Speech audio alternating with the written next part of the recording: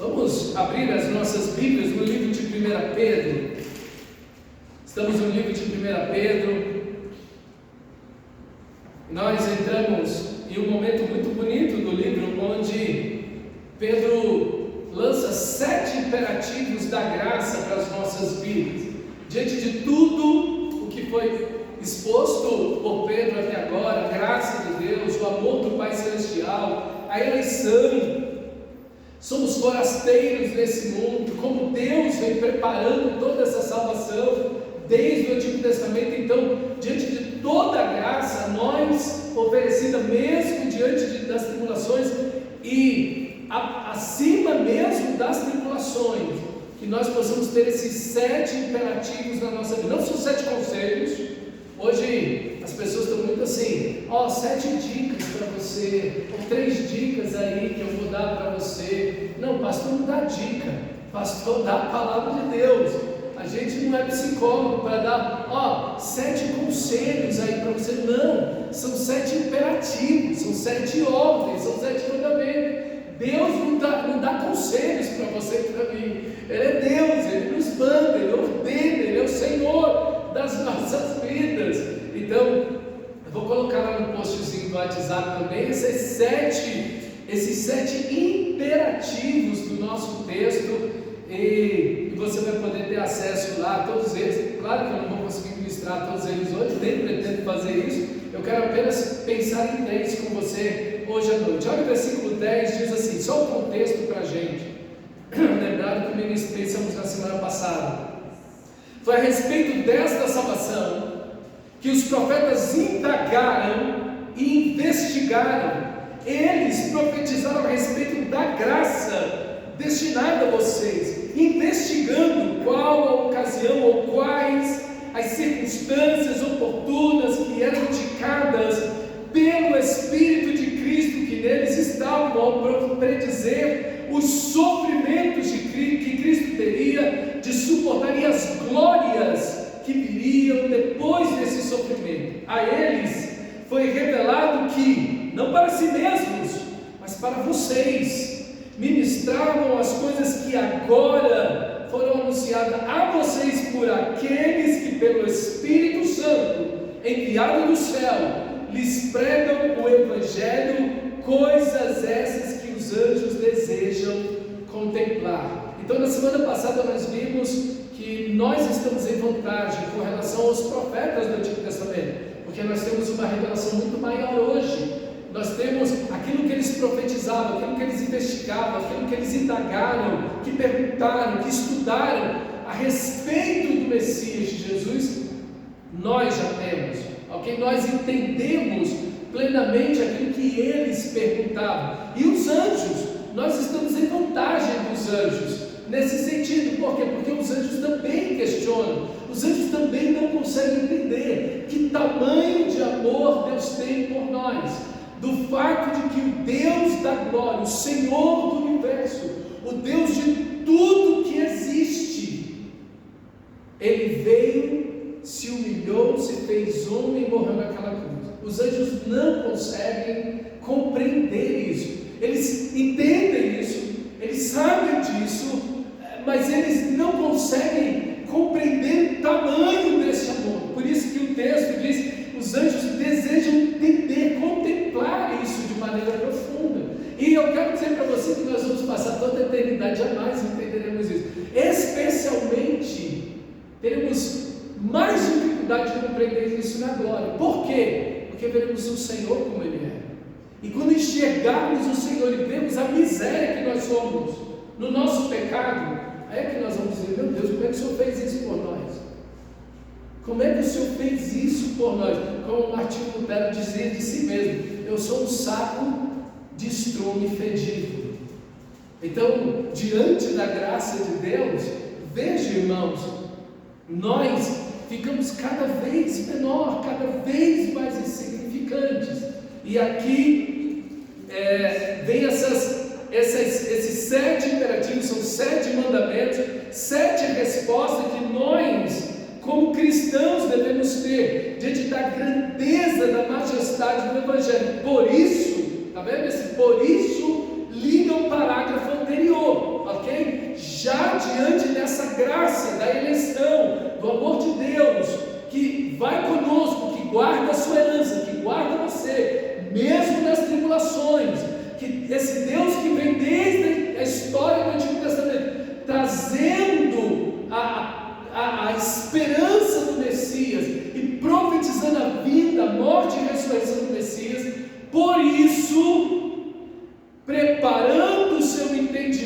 sejam sóbrios e esperem inteiramente na graça que lhes está sendo trazida na revelação de Jesus Cristo, como filhos da obediência. Não vivam conforme as paixões que vocês tinham antigamente, quando ainda estavam na ignorância. Pelo contrário, assim começando aquele que os chamou, sejam santos vocês também em tudo o que fizeres, porque está escrito: sejam santos, porque eu sou santo. Então estão aí dois imperativos: preparem o entendimento. O segundo imperativo: sejam santos. O terceiro imperativo: vivam em temor. O quarto imperativo: amem intensamente uns aos outros.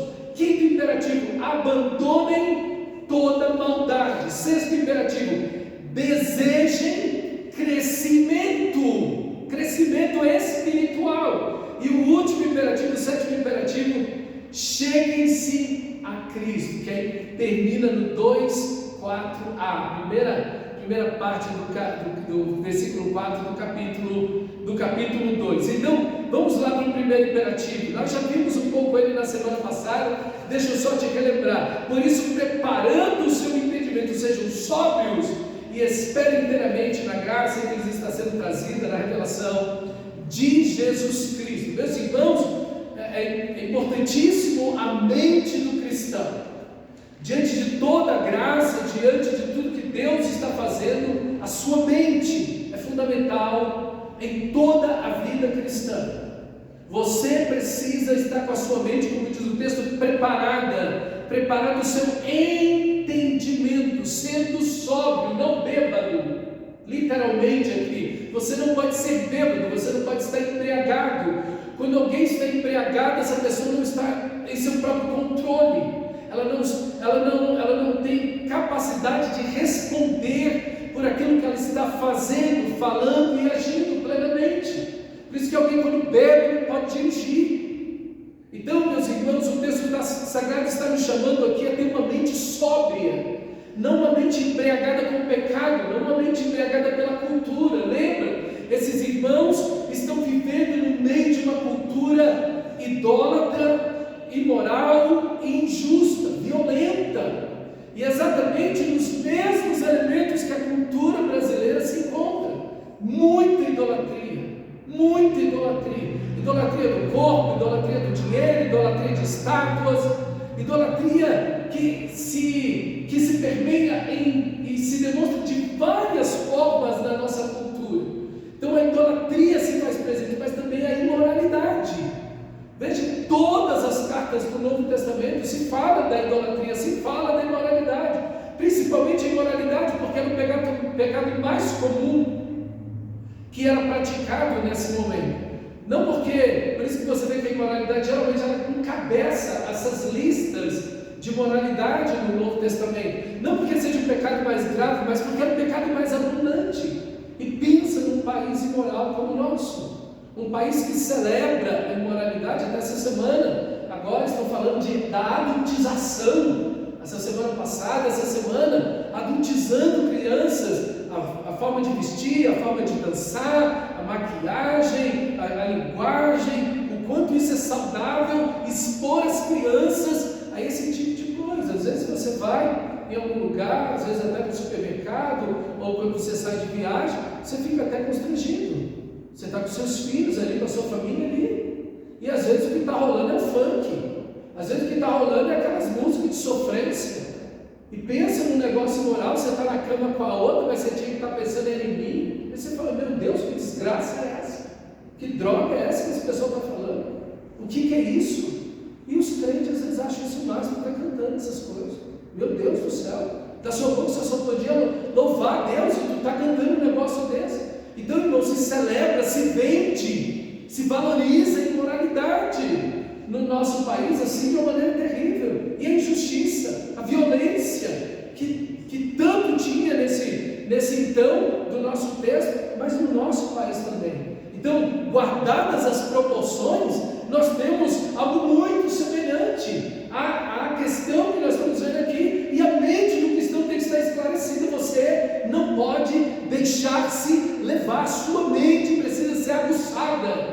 A sua mente precisa discernir o bem e o mal.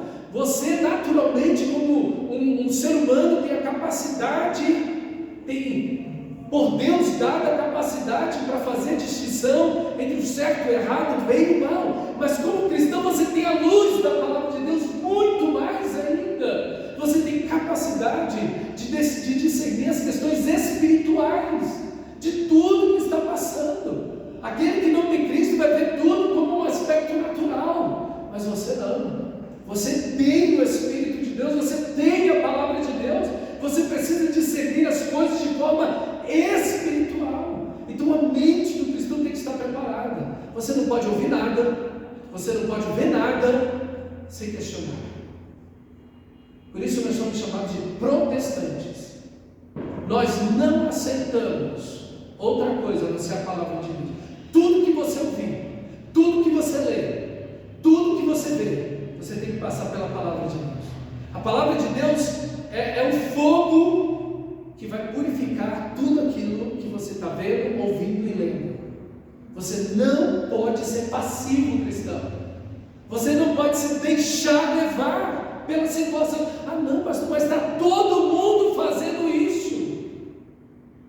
Mas você está servindo a Cristo.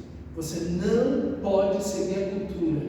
Você foi chamado a seguir a Cristo. Você é um forasteiro. Você é um peregrino. Forasteiro é aquele que não tem pátria. A sua pátria não é essa. A sua pátria está nos céus. Então você não pode viver como um mundano. E isso tudo começa aqui, porque a santidade não começa na veste. O próximo passo é a santidade, mas ele começa com a sua mente. Se você tem uma visão errada de Deus, você vai ter uma vida errada diante de Deus. Se você tem um conceito errado, atomizado, pequeno de Deus, você vai ter uma prática errada. Você vai ter uma vida errada. Então a sua mente, o seu conhecimento de Deus, a palavra de Deus, habite ricamente em vós a palavra de Cristo. Esse conhecimento das Escrituras Sagradas é que vai fazer a sua mente estar pronta com a espada do Espírito para você poder vencer as tentações do mundo, aquilo que o mundo traz para você. E enquanto isso, essa palavra de Deus ela vai atuar para você viver em santidade, mas começa na sua mente. Se você não está lendo a Bíblia, você está desarmado. Se você não está lendo a Bíblia, a sua mente não tem habilidade espiritual para discernir e para perceber aquilo que o diabo está fazendo. Você simplesmente vai ver tudo como natural, você vai viver como qualquer pessoa. Como nós vimos no domingo, uma igreja que perdeu a visão de Cristo é uma igreja mundanizada. E é exatamente isso que acontece. Crentes mundanizados. Para ele a vida é comer, vestir, beber os prazeres da vida. Opa! Jesus disse: a vida é mais do que o alimento, o corpo é mais do que a bebida e a vestimenta. Buscar em primeiro lugar o reino de Deus e a sua justiça. Então a gente tem uma visão da vida diferente da do mundano. Nós não agimos da mesma forma. Por exemplo, passando por lutas, nós recebemos várias vezes conselhos de médicos, recebemos conselhos de pessoas muito bem estudadas e muito bem colocadas. Revida no mesmo tom deles. Se estão batendo, bate vocês também. Se eles estão fazendo uma, faz vocês também. Eu falei: não, amor, senão a gente vai virar mundano. A gente vai imitar aquilo que a gente detesta. A gente vai se tornar igual ao outro mundano. E isso não é bíblico, não é isso que o Senhor nos ensinou a fazer. A Bíblia diz que se teu inimigo tiver fome, você dá ele de comer. Se tiver sede, o inimigo está fazendo mal para você, você faz o bem para ele. Você faz o bem para ele. A mente de Cristo. É isso que nós precisamos. Vocês têm a mente de Cristo. Tem? Só tem pela palavra de Deus. Então, sem a palavra de Deus, não tem a mente de Cristo. Então, medita no livro da lei de noite. O segundo ponto, o segundo imperativo sejam santos como Deus é santo, como filhos obedientes, ou como filhos da obediência. Não vivam conforme as paixões que vocês tinham anteriormente, ou antigamente, quando ainda estavam na ignorância. Pelo contrário, assim como é santo aquele que os chamou, sejam santos vocês também, em tudo o que fizerem, porque está escrito: sejam santos, porque o Senhor sou santo. Então veja, meus irmãos, o resultado de uma vida, de uma mente preparada pelo Espírito, pela palavra de Deus, é uma vida de santidade. A santidade começa por dentro. A santidade começa com a transformação da mente. A santidade começa com o novo nascimento. Presta atenção, santidade não é ética. Santidade não é ética. Deixa eu te dizer isso. Santidade não é você, eu não minto, eu não roubo, eu não mato. Isso não é santidade. Santidade não é uma roupa que você veste. Santidade é quando você vence o pecado no seu coração. É quando o pecado é vencido por dentro. A santificação é o resultado do novo nascimento. Olha o versículo 3 desse capítulo 1, que fala do novo nascimento. Nós fomos regenerados, nós nascemos de novo, o Espírito Santo operou essa obra em nós. O resultado do novo nascimento é uma vida de santificação. Santificação não é ética. A santificação tem os princípios éticos, mas santificação não é ética. Você vai ver muita gente que aparentemente tem ética, mas não venceu o pecado no seu coração. Santidade é quando o pecado é vencido aqui dentro. É quando você vence o pecado aqui dentro. Santidade é semelhança a Cristo. Santidade é parecer com Cristo. Santidade é pensar como Cristo, é falar como Cristo, é agir como Cristo. Isso é santidade. Então, irmão, santidade não é simplesmente eu fiz isso, eu não vou para tal e tal lugar. Não. Isso aí tem no Espiritismo, isso tem no Catolicismo, isso tem no Budismo, isso tem um monte de lugar. Santidade é você ser filho de Deus. Santidade é você ter a natureza divina, como Pedro vai começar a sua segunda carta, no capítulo 1, ele vai dizer que nos foram dadas todas as coisas que conduzem à vida e à piedade, pelo Espírito de Deus que nos foi dado. Então, santidade, irmão, primeiro, não é uma obra humana. Santidade não é eu como carne ou não como carne. Não é isso. Eu visto tal roupa, eu não visto tal roupa. Não é isso. Santidade é semelhança a Cristo. Quando é que alguém é santo? Quando parece com Cristo. Veja aqui no nosso texto: sede santos, como é santo aquele que te chamou. Quem te chamou? Então você tem que se conformar com o mundo? Não! É exatamente isso que é santidade. Santidade é se conformar com Deus, é ter um caráter de Deus, porque Ele é seu Pai, você é filho dele. Então você tem que pensar como Ele, você tem que agir como Ele, porque você é filho dele. Então a ideia de santidade está precedida do novo nascimento, a obra do Espírito está precedida da questão da filiação. Você é filho de Deus. Está precedida também da ideia de que somos forasteiros, não pertencemos a esta terra, a esse mundo. Nós pertencemos a Cristo e Ele nos chamou, e nós devemos andar como aquele que nos chamou. E é assim que nossa vida deve ser vivida, dentro do padrão de santidade de Deus. Então eu vivo no padrão de Deus. Eu não crio um padrão de santidade para mim. Não, a minha santidade vai até aqui, porque daqui para lá é exagerado demais. Isso está tenso demais. Não pode levar a coisa desse jeito. Relaxa. Irmão, relaxa. Você não pode ser radical desse jeito. Mas olha o texto aqui. Quem é o padrão? O padrão sou eu, é você? O padrão é a ideia evangélica dos nossos dias? Não. O padrão é Deus. E não pode ser nada menos. E se o padrão é Deus, é possível alcançar o padrão de Deus, da santidade de Deus. Por quê? Porque o texto também é precedido pela ação do Espírito Santo em nós. Aqui está o ponto. Aqui está o ponto.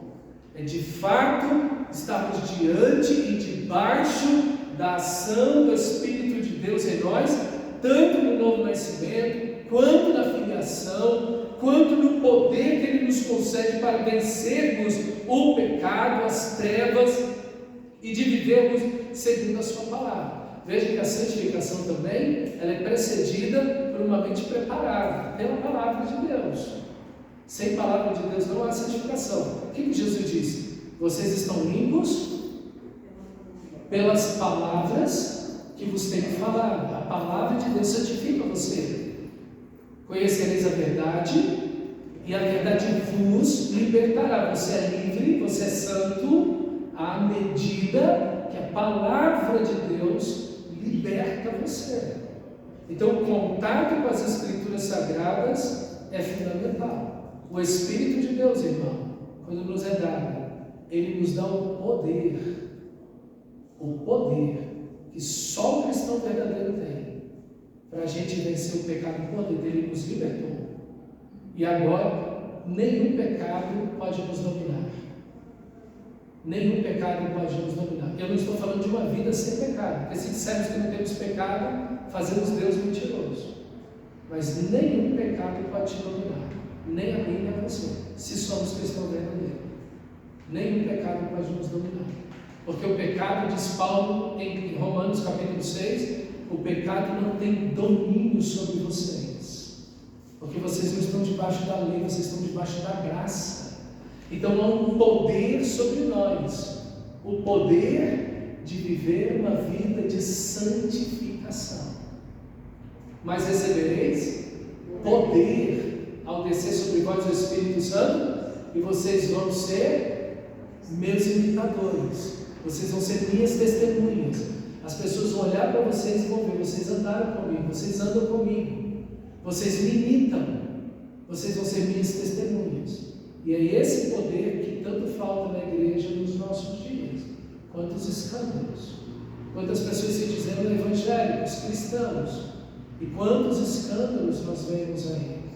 Meus irmãos, isso não pode ser assim. Não com você e comigo, não conosco. Que a sua vida, meu amado irmão, seja um exemplo para as pessoas, principalmente para a sua família. Você não é perfeito, nem eu, mas que o seu procedimento busca a santificação de vez em quando. Olha o texto sagrado, olha o texto sagrado. Pelo contrário, versículo 15: assim começando, aquele que vos chamou, sejam santos vocês também em tudo o que fizerem. Como está escrito: sejam santos, porque eu sou santo, diz o Senhor. Então, aqui está a vida do cristão, essa santificação, essa vitória do pecado em nosso coração. E quando o pecado é vencido aqui, você não está vivendo de máscaras. Quando alguém não tem um pecado vencido no coração, essa pessoa vai botar máscaras. Mas quando o pecado é vencido no seu coração, quando sua alma é santificada, seu temperamento é santificado, seu caráter é santificado, isso é, o meu caráter, o meu temperamento parecem mais com Deus, é o fruto do Espírito operando em mim. Aí então as pessoas percebem que Cristo está em mim, e assim há um bom testemunho, ok? Olha, essa expressão, sejam santos porque o Senhor é seu santo, vem lá no livro de Levítico. No livro de Levítico, 4 vezes aparece essa ordem: sejam santos porque eu sou santo. A primeira está no capítulo 11, versículo 44, e diz: olha, e interessante, quando você olha essas citações, e todas elas estão no contexto cultural, como a igreja no meio, o povo de Deus no meio da cultura. Eu, o Senhor vosso Deus, portanto, eu sou o Senhor vosso Deus, portanto, vós vos consagrareis e sereis santos, porque eu sou santo, e não vos contaminareis por nenhum enxame de criaturas que se arrastem sobre a terra. Deus está dizendo para eles: vocês não vão comer todo tipo de animal, vocês não vão viver como as nações que estão, nem na maneira de vocês comerem, nem na maneira de vocês comerem. Vocês vão comer como as pessoas dessa cultura. Então veja, a santidade toca tudo na nossa vida. A santificação não é uma roupa que você veste para vir para a igreja, mas é aquilo que Paulo disse: quer comais, quer bebais, ou façais qualquer outra coisa, fazer tudo para a glória de Deus. Olha, concordo com o texto da comida aqui no Antigo Testamento. Para comer e beber, a gente vai glorificar a Deus. Outro texto é o Levítico 19, 1-3. Disse o Senhor a Moisés: fala a toda a congregação dos filhos de Israel e diz-lhes: santos sereis, porque eu, o Senhor vosso Deus, sou santo. Cada um respeitará a sua mãe e seu pai e guardará o meu sábado. Como é que você é santo? Comendo. Como é que você é santo? Honrando o seu pai e a sua mãe. Que interessante, os laços familiares, a santidade dentro dos relacionamentos familiares. Veja, a santidade não é para vir uma roupagem para a igreja, mas é o meu relacionamento com meu pai, com a minha mãe. E veja aqui também que não apenas isso, mas guardarás o meu sábado. Isso é o momento especial do culto. O culto onde toda a nação de Israel parava, ninguém fazia obra alguma, todo mundo descansava, cultuando a Deus de manhã e no final do dia, o sábado do Senhor, que a igreja comemora no domingo, que é o dia da ressurreição do Senhor Jesus. Como é que você demonstra a santidade? No culto. No culto. Estava ouvindo outro dia um pastor falando: as igrejas estão vazias e os congressos cheios. Um pastor, acho que de São Paulo, alguma coisa assim, ele está falando isso. É um fenômeno que a gente está vendo. Aonde tem santidade nisso? De jeito nenhum. A santificação está aqui, ó. Alguém consagrado a Deus, alguém que fala: o culto para mim é fundamental e inegociável. Por trabalho, por comida, por divisão, por nada. O culto para mim é inegociável. Outro texto é o capítulo 20, versículo 6-8. Quando alguém se virar para os necromantes e feiticeiros para se prostituir com eles, eu me voltarei contra ele e eliminarei do meio do meu povo. Portanto, santificai-vos e sede santos, porque eu, o Senhor vosso Deus, sou santo. Guardai os meus estatutos e cumpri-os. Eu, o Senhor, que vos santifico. Veja que a santificação está em quê? Na palavra. Guarde a palavra, porque se você não guardar a palavra, você vai cair na idolatria. É isso que ele está dizendo. Ou você vai viver na palavra, em obediência à palavra, ou você vai viver na idolatria. E é verdade isso em nossos dias. É verdade isso nos nossos dias. Veja o que Paulo disse aos Coríntios: fugir da idolatria. Ué, para a igreja? Sim. Ou você acha que porque você é crente, a idolatria não entra mais na sua vida? Então, irmão, fuja da idolatria. O que você tem que fazer?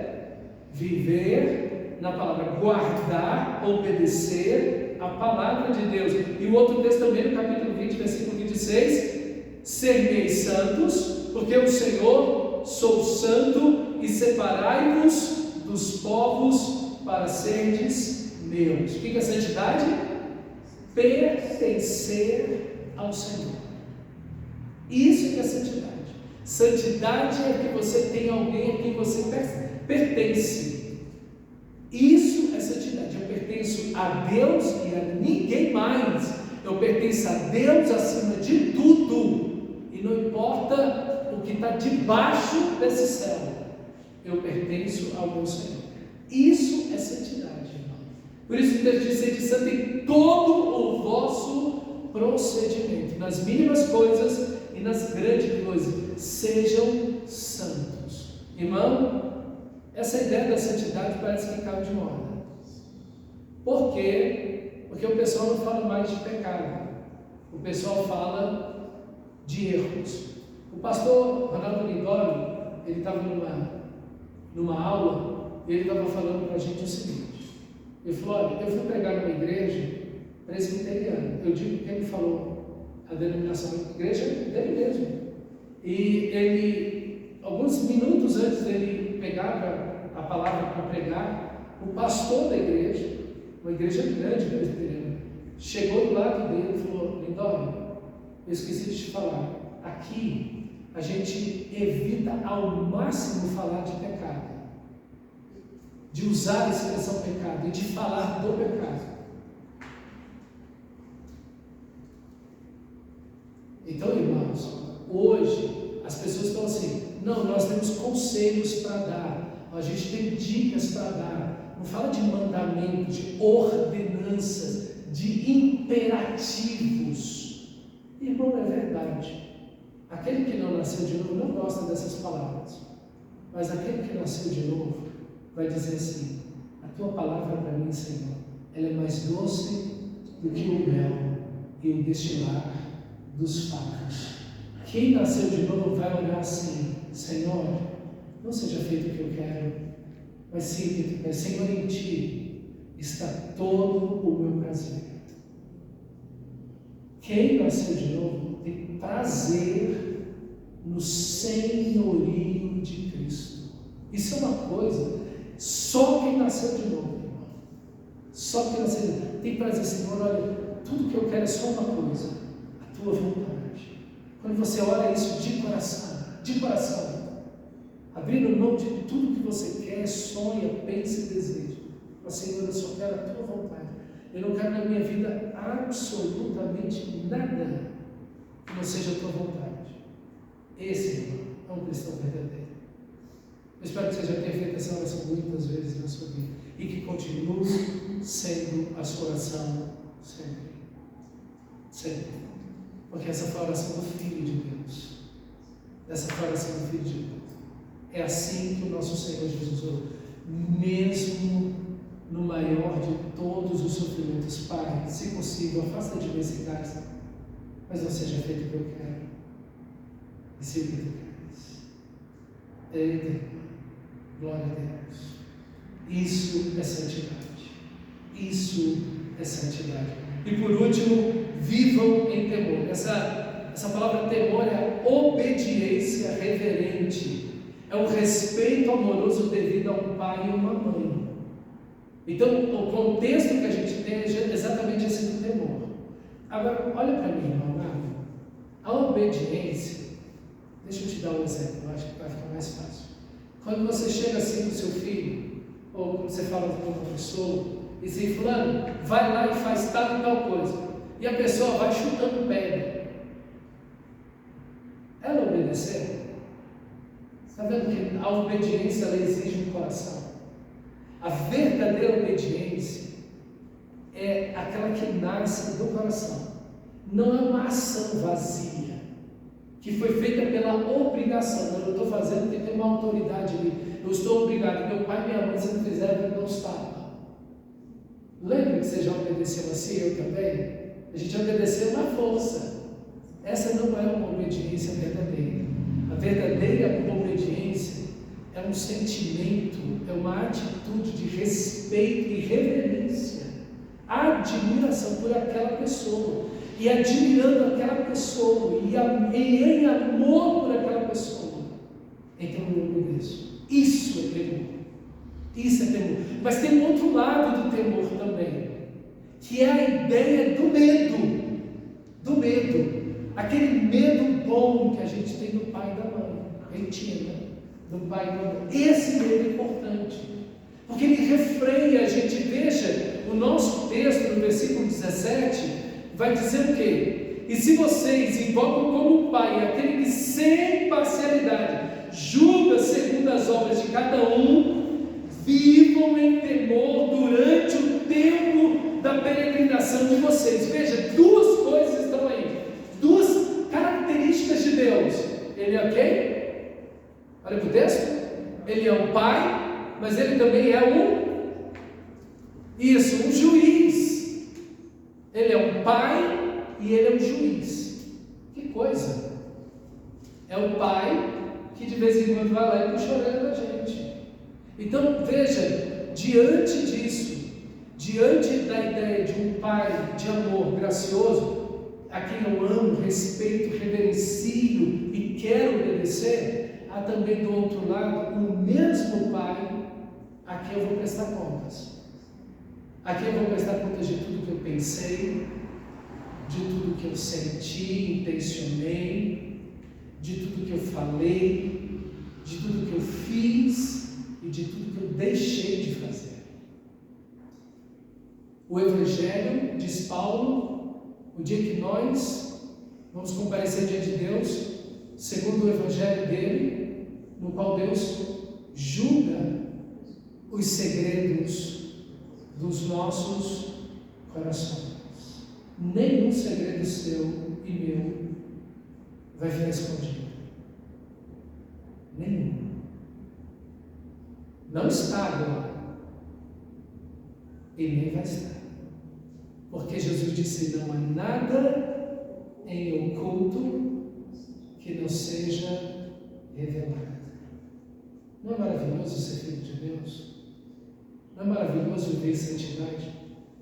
Quem ouve algo assim e fica com temor no coração, eu quero dizer que está faltando santidade na sua vida.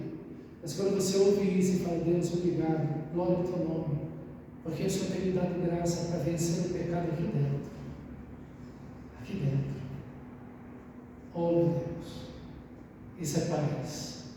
Isso é paz. E é aqui que nós devemos estar. Como você deve andar nesse mundo? Com temor. Aqui tem um equilíbrio. O mesmo Pai que te ama é o mesmo Pai que nos disciplina. Porque o Pai disciplina todo filho que ama e açoita a todo aquele que quer bem. Toda a disciplina de Deus sobre seus filhos não é para condenação, é para santificação. Se Deus nos disciplina, é para nos tirar do caminho do erro. Então, querido irmão, que você possa viver, como o texto diz, em santidade, em todo o vosso procedimento, e como ele conclui, no versículo 17, dizendo: e se vocês invocam como Pai, se vocês chamam por Pai, aquele que sem parcialidade, ó, você é filho, mas não tem parcialidade. Não teve, não, Deus é brasileiro, vai dar um jeitinho. Não, Deus não é brasileiro, glória a Deus por isso, ok? Que sem parcialidade julga, e ele julga, ele tem um critério. Como é que ele julga? Segundo a obra de cada um. Deus não vai te julgar a não ser segundo as suas obras. Então ninguém recebe mais nem menos.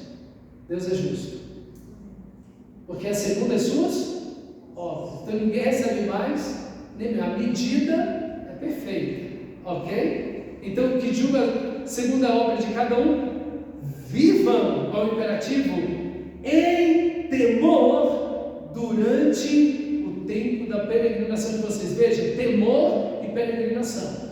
Por quê? Porque quando a tentação vem, você tem que lembrar: eu tenho um Pai, Ele é meu juiz, Ele vai julgar segundo as minhas obras, e eu não pertenço a esse mundo.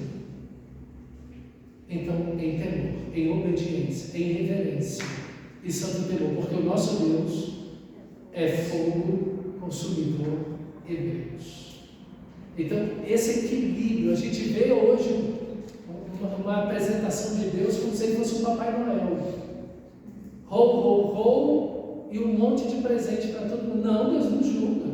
Não, Deus não faz isso. Você não faria, mas Deus faz. E o texto está dizendo que Ele faz. E Deus não é o que a gente acha. Deus é o que a sua palavra diz. Então veja, irmão, esse equilíbrio. Que haja em seu coração uma mente pronta, cheia da palavra de Deus. Uma santidade que nasça lá no seu coração pelo Espírito Santo e que transborde, transpire em cada atitude da sua vida. E que em cada passo da sua vida, esse santo temor de obediência, de admiração por Deus, mas também de um santo medo sagrado possa estar no seu coração para obedecer ao nosso Deus. Vamos orar? Fique de pé, por favor. Feche seus olhos.